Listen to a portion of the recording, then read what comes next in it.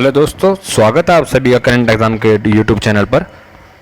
आप सभी को पता होगा कि AMRS की जो PGT TGT का कॉमन पेपर होता है उसके लिए प्रैक्टिस कर रहे हैं। एवरी मंडे आपको वीडियो मिलती है। तो पिछली वीडियो में मैंने इसमें जनरल अवेयरनेस के बेस्ट क्वेश्चन आपको बताए थे।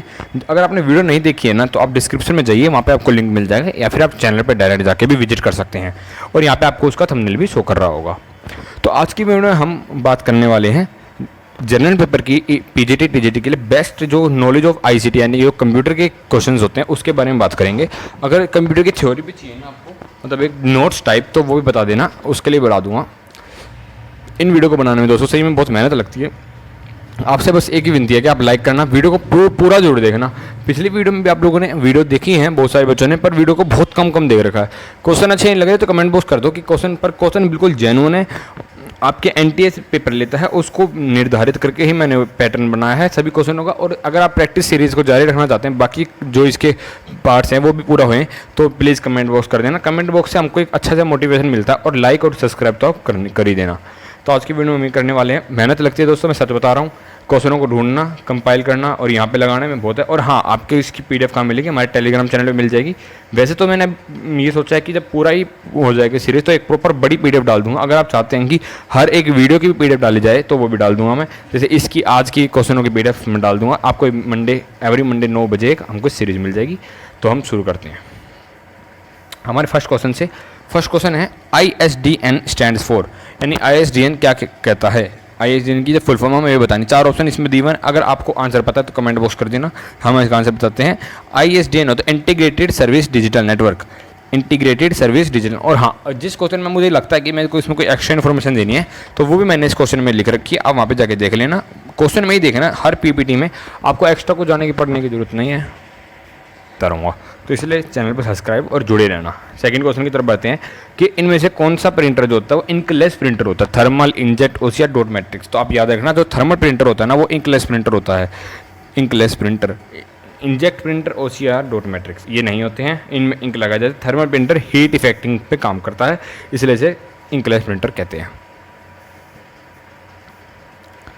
How many layers are there in TCP IP protocol suites? 5, 6, 7। इसका आंसर क्या होगा दोस्तों? 4। कि जो TCP IP प्रोटोकॉल में कितने सूट्स होते हैं? प्रोटोकॉल सूट होते हैं 4, और इसकी कुछ इन्फॉर्मेशन मैंने दे रखी है, और उन चारों के नाम भी आपको बता दूंगा क्या क्या होते हैं। जो होते हैं आपके लिए 4 लेयरिंग का नेटवर्क सेट होता है, internet and transport application. TCP protocol जो होते हैं उसमें 4 लेयर का सेट होता है, internet, transport and network access, internet, transport and application. ये चारों नाम में आप याद कर लेना। अगर बाई चांस पूछे जा सकते हैं कि 3 ऑप्शन आपको दे सकता है, मैं एक नया क्वेश्चन बना देता हूँ। जैसे 3 क्वेश्चन दे देगा कि इनमें से कौन सा एक नेटवर्क सॉफ्टवेयर नहीं है, जैसे एक में दे दिया नेटवर्क, एप्लीकेशन और इंटरनेट, और चौथा इसने कुछ और दे दिया, तो आप उसमें से आप आसानी से देख सकते हैं कि क्या चीज़ नहीं है। ठीक है। विच of the following is the translator program use for assembly language? इनमें से असेंबली लैंग्वेज के लिए ट्रांसलेटर का काम कौन करता है? जैसे अगर आपको कोई लैंग्वेज नहीं आता तो आपको बीच में एक ट्रांसलेटर यानी मीडिएटर की जरूरत पड़ती है ना, ऐसे ही असेंबली लैंग्वेज में भी एक ट्रांसलेटर की जरूरत पड़ती है, जिसमें से कंपाइलर, इंटरप्रेटर, ट्रांसलेशन और ये असेंबलर। कौन होता है? Assembler. Option number D, assembler translate करता है असेंबली लैंग्वेज को। इससे आप ये भी आ सकते, असेंबली लैंग्वेज को मशीन लैंग्वेज में ट्रांसलेट कर देता है।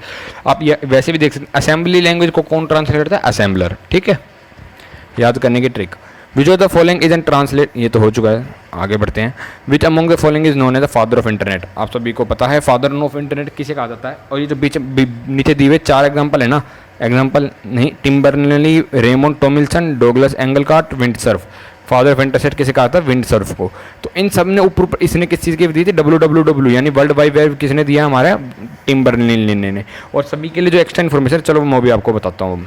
सबसे पहले हम शुरुआत करते हैं टिम बर्नली से। इसने क्या, टिम बर्नली ने किसने वर्ल्ड वाइड वेब का इंटरनेट किया था? वर्ल्ड वाइड वेब में जो डायरेक्टर ऑफ वर्ल्ड को कहा जाता है, और हमको वर्ल्ड वाइड वेब के थ्रू ही जो कंटिन्यूस डेवलपमेंट ऑफ वेब चलता रहता है, मतलब हमको इसी के थ्रू अब जितने भी वेब पेजेस देखते हैं ना तो वो WWW से ही संभव हो पाए हैं। रोमल टेलिसन ने फर्स्ट ईमेल सेंड करी थी अपने आप को ही।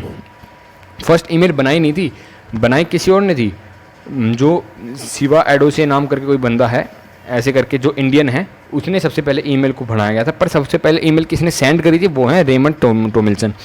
डगलस एंगलकार्ट ने क्या करा था? फादर ऑफ कंप्यूटर माउस, यानी इन्होंने कंप्यूटर माउस की शुरुआत करी थी फादर। और अगर आपसे वहीं ऐसे पूछ ली जाए कीबोर्ड किसी ने बनाया था या फिर आप स्पीकर किसी ने बजाया था, तो आप ये कमेंट बॉक्स बता देना कि कीबोर्ड किसी ने बनाया था।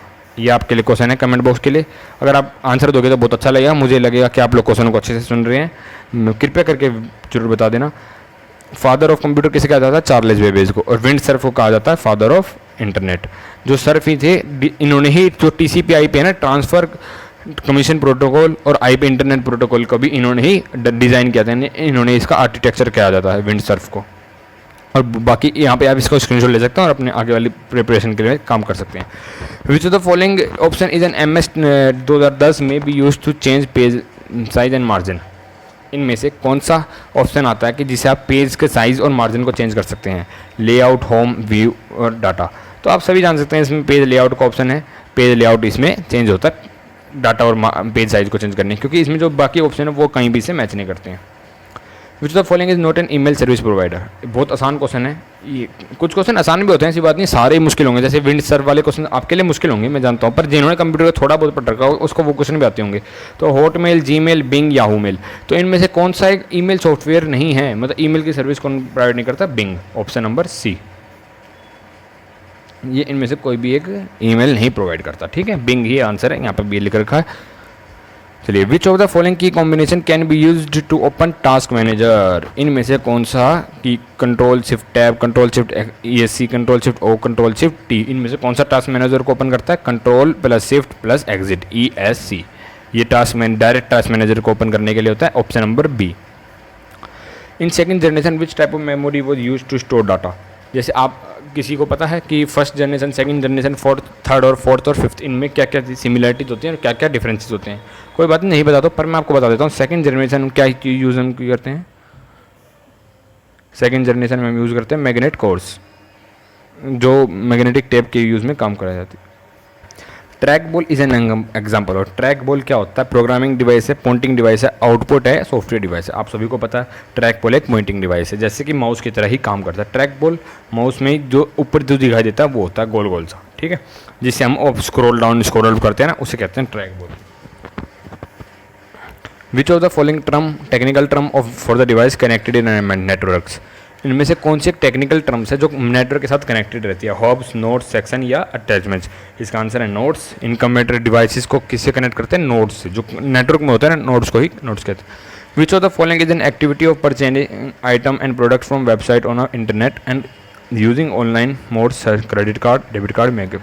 इनमें से कौन सी एक्टिविटी परचेज करने में काम आती है? E banking, online shopping, online reservation, M reservation. आप सभी, ये तो आसान क्वेश्चन है, सभी को आंसर पता है इसका, ई बैंकिंग। द एक्टिविटी जो हम परचेज करते हैं, अच्छा सॉरी, इसमें शॉपिंग के रिलेटेड क्या आ गया, तो ऑनलाइन शॉपिंग इसका आंसर आएगा, माफ़ करिएगा, ठीक है। Which what act as a master software that work as a median operator between a computer user and hardware.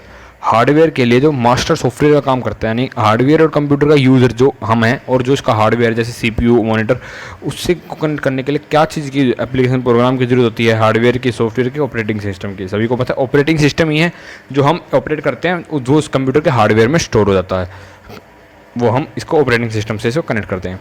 Which of the following can be use to protect sensitive data from prying eyes. यानी कि data को protect करने के लिए क्या चीज़ use कर सकते हैं? कास्केडिंग, पासवर्ड्स, फाइल लॉक या फाइल परमिशंस। आप सभी को इसका फाइल परमिशंस से हम प्राइंग आइज को यूज़ कर सकते हैं, यानी कि जिस हम चीज़ की परमिशन देंगे वही चीज़ यहाँ पे खुलेगी, जिसकी हमने परमिशन नहीं दी वो चीज़ यहाँ पे नहीं खुलेगी। जैसे हर किसी में आपको, जैसे व्हाट्सएप हो गया, फेसबुक हो गया, जो भी आप वो परमिशन मांगते हैं, लोकेशन की, कैमरा की, कॉन्टैक्ट्स की, और भी बहुत सारी चीज़ें हैं जिसे आपकी परमिशन मांगते हैं। तो अगर आप उनमें से किसी के एक चीज़ की परमिशन नहीं दोगे तो वो आपकी परमिशन नहीं ले सकते हैं। जैसे आपने लोकेशन बंद कर रखी होगी तो वो आपकी लोकेशन का नहीं जान पाएंगे। एक URL है जिसको दे रखा है www.example.com.at path to myfile.html here. इस एग्जाम्पल में बताना आपको www.example.com और 80 ये क्या क्या है, यानी कि जो ऊपर वाली लाइन है, देखिए ये वाली लाइन का क्या मतलब होता है और जो 80 लिखा हुआ इसका मतलब क्या होता है, आपको ये बताना है। तो इसमें सब बहुत आसान है, अगर आपने किसी ने पढ़ रखा होगा तो जो www. करके जो लिखा होता है ये, वो तो होता है डोमेन नेम, और 80 जो होता है वो एक URL का पार्ट होता है, पोर्ट नंबर होता है, वो इसको कौन से पोर्ट में जाना है, इसलिए www क्या होता है, डोमेन नेम से करके लिखा होता है। The term attribute refers to a, attribute किसे रेफर किया जाता है? Answer number B, attribute refer करता है कोमल कॉलम्स को और टपल रेफर करता है रोज को। एट्रीब्यूट किसको रेफर करता है? कॉलम्स को, और टपल रेफर करता है रोज को। आसान आसान है याद करना, टी से टपल, आर से रो, कॉलम, ए से attribute, A C T R, tuple column ऐसे करके। Before the use DBS information was store using, इससे पहले जब DBS नहीं था, DBMS डाटाबेस मैनेजमेंट सिस्टम नहीं था, तो जो इन्फॉर्मेशन कहाँ से स्टोर होती थी? फाइल मैनेजमेंट सिस्टम ने। किस में स्टोर होती थी? अर्लियर DBMS में से, DBMS से पहले कहाँ स्टोर होती थी? File management system.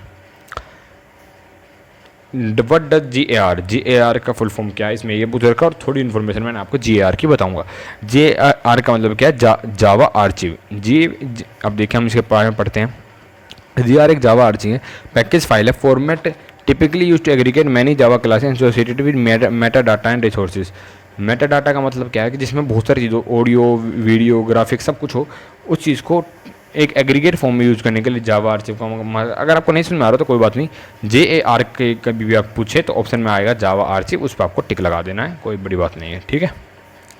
कुछ होंगे क्वेश्चन जो आप लोगों को नहीं समझ में आएंगे, मैं जानता हूँ, क्योंकि अगर आप कंप्यूटर बैकग्राउंड नहीं है, पेपर के लिए आपको तैयारी करनी पड़ती है, क्योंकि आपको आगे जाकर कंप्यूटर का बहुत कम काम होने वाला है। जो हालांकि JSC वैसे जो बच्चे हैं जो JSC में जाएंगे, लैब अटेंडेंट में जाएंगे, तो उनको कंप्यूटर का थोड़ा बहुत यूज़ होएगा, पर PGT TGT को मेन काम होता है अपने सब्जेक्ट से रिलेटेड पढ़ाना। तो कृपया करके आप क्वेश्चन को याद कर लीजिए, जो समझ में आ जाता है समझ लीजिए, पर क्वेश्चन जरूर करके आना, तभी आपका सिलेक्शन होगा। विच of the following button specify this action, holding the mouse button Downing and, यानी कि ये सबसे आसान है। जैसे हम किसी भी माउस से को कंप्यूटर या लैपटॉप पे करते हैं, तो कोई भी चीज़ उठा के हम इधर से उधर लेके जाते हैं तो उसे क्या कहते हैं? मूविंग कहते हैं, ड्रैगिंग कहते हैं, सेविंग कहते हैं, हाईलाइटिंग कहते हैं। इधर से उधर लेके जाने वाले को हम ड्रैगिंग कहते हैं, यानी कि हमने उसको वहाँ से उठा के वहाँ रख दिया, ठीक है। Dragging is a gesture holding mouse button while down the object and image, इसे क्या कहते हैं? Dragging. Name the program in a personal computer micro processor use to get the computer when you run it. इनमें से ऐसा programme कौन सा है जब माइक्रो प्रोसेसर के साथ, माइक्रो प्रोसेसर की चिप में, अब जिसने भी अगर माइक्रो प्रोसेसर के बारे में पढ़ा होगा ना, उसको पता होता है कि माइक्रो प्रोसेसर चिप में क्या लगा होता है? BIOS, basic input output system, basic input output system. ये ही काम करता है जब आप कंप्यूटर ऑन कर देते हैं। ये जिस जो आपको एक बार सोचिए, जब आपने अपना कंप्यूटर शट डाउन कर दिया, पावर ऑफ कर दिया, तब फिर भी उसमें डेट, टाइम, ये सब कुछ अपडेट होता रहता है। अपने आप अपडेट कौन करता है? ये करता है। अगर आपको कोई एक्स्ट्रा इन्फॉर्मेशन, ये मैंने लिखी भी नहीं है, अब ये एकदम से मेरे दिमाग में स्ट्राइक करिए, जो डेट टाइम अपडेट करने फ़ोन में भी होता है, माइक्रो प्रोसेसर आपके फ़ोन में भी होता है। जैसे फ़ोन बाई चांस आपका स्विच ऑफ हो जाता है, आप 3 दिन ना चलाएंगे, आप तीसरे दिन चलाएंगे, तो उसमें अपने आप ही डेट और टाइम अपडेट मिलेगा। कौन करता है? BIOS, ठीक है। ये रहा, हाँ होता मैंने इसमें लिख दिया। देखिए पढ़ते हैं। Basic input output process use to get computer started after you on it. It also manage data and flow the computer operating system and avoids as hard disk. ये ही हार्ड डिस्क से कीबोर्ड, माउस, अडेप्टर सब चीज़ को control करता है उसमें दिखाने के लिए, जो पावर नहीं मिलती। तो Which of the following is a communication protocol that sets the standard almost every computer that accept web pages? बहुत आसान क्वेश्चन है। ऐसा कंप्यूटर का सबसे मेन प्रोटोकॉल कौन सा? XML, DML, HTTP और HTML। सबसे प्रोटोकॉल की बात होती है तो हाइपर टेक्स्ट ट्रांसफर प्रोटोकॉल, यानी कि HTTP। इसके अलावा कोई प्रोटोकॉल नहीं होता, मतलब प्रोटोकॉल होते हैं, पर जो सबसे ज़्यादा प्रोटोकॉल काम करता है वो यही वाला है, हाइपर टेक्स्ट ट्रांसफर प्रोटोकॉल। ये सब चीज़ में वर्ल्ड वाइड के लिए फाउंडेशन ऑफ डाटा सब कुछ इसी के कंट्रोल में होता है। What is the attempt such as username, password, credit card details by mass recording and transfer the entity of electronic communication। यानी कि जो आपकी डिटेल्स होती है क्रेडिट कार्ड्स की, पासवर्ड, उसको कोई बंदा अपनी तरीके से हैंडल करने की कोशिश करे, यानी कि एक तरीके से हैकिंग या फिर आपको ट्रोजन वायरस डालने की कोशिश करते हैं, उसे हम क्या कहते हैं? उसे हम कहते हैं फिशिंग। फिशिंग माने कि आपको कोई चाल देगा, आपको कोई ऐसे लिंक प्रोवाइड करेगा जिससे आप फंस जाओ और उसमें आपकी सारी डिटेल उसमें चली जाए, तो उसे फिशिंग ही कहते हैं, मछली का जाल जिसे हम कहते हैं, ठीक है। Which one of the following is the Indian super computer? बहुत अच्छा क्वेश्चन है, पेपर में आने के बहुत ज़्यादा चांसेस है। इनमें से कौन सा इंडियन का सुपर कंप्यूटर है? इन सभी कंप्यूटर सुपर कंप्यूटर हैं सारे, किसी देश के। ये कौन से देश का? सऊदी अरब। ताहिन कौन से का? चाइना। अब आपको बताना विर्गो और टाइटन्स। टाइटन्स किसका? USA। और विर्गो कहाँ का? इंडियन। विर्गो सुपर कंप्यूटर है जो IIT मद्रास ने बनाया था। इंडियन की बात छोड़िए, आप इसको याद रख लिए, IIT मद्रास ने बनाया है, यानी कि इंडिया ने बनाया। ताहिन आपका कहाँ का? चाइना का। टाइटन कहाँ? USA का। साइन का? सऊदी अरब का। सबको इन्फॉर्मेशन सबकी मिल गई। अगर आपसे ये भी नहीं पूछा होता, आपसे पूछ लेता हूँ सऊदी अरब का, तो आसानी से बताएं साइन सेकंड, ठीक है। डिजिटल कंप्यूटर यूज़ कौन से सिस्टम को यूज़ करता है एनकोड डाटा के लिए? डिजिटल कंप्यूटर किस सेमीकंडक्टर का यूज़ करता है? डेसिमल, बाइनरी या रैम? किसका यूज़ करता है? बाइनरी सिस्टम का। आसानी से आसान है, याद कर। Communication channel is shared by all machine on the network. ऐसा कौन सा कम्युनिकेशन है जो सभी मशीन शेयर करती हैं? कौन सा नेटवर्क है? ब्रॉडकास्ट नेटवर्क, जो सारे चैनल को शेयर करना पड़ता है। If a new device attach to a computer such as a printer और a scanner that it must be installed before.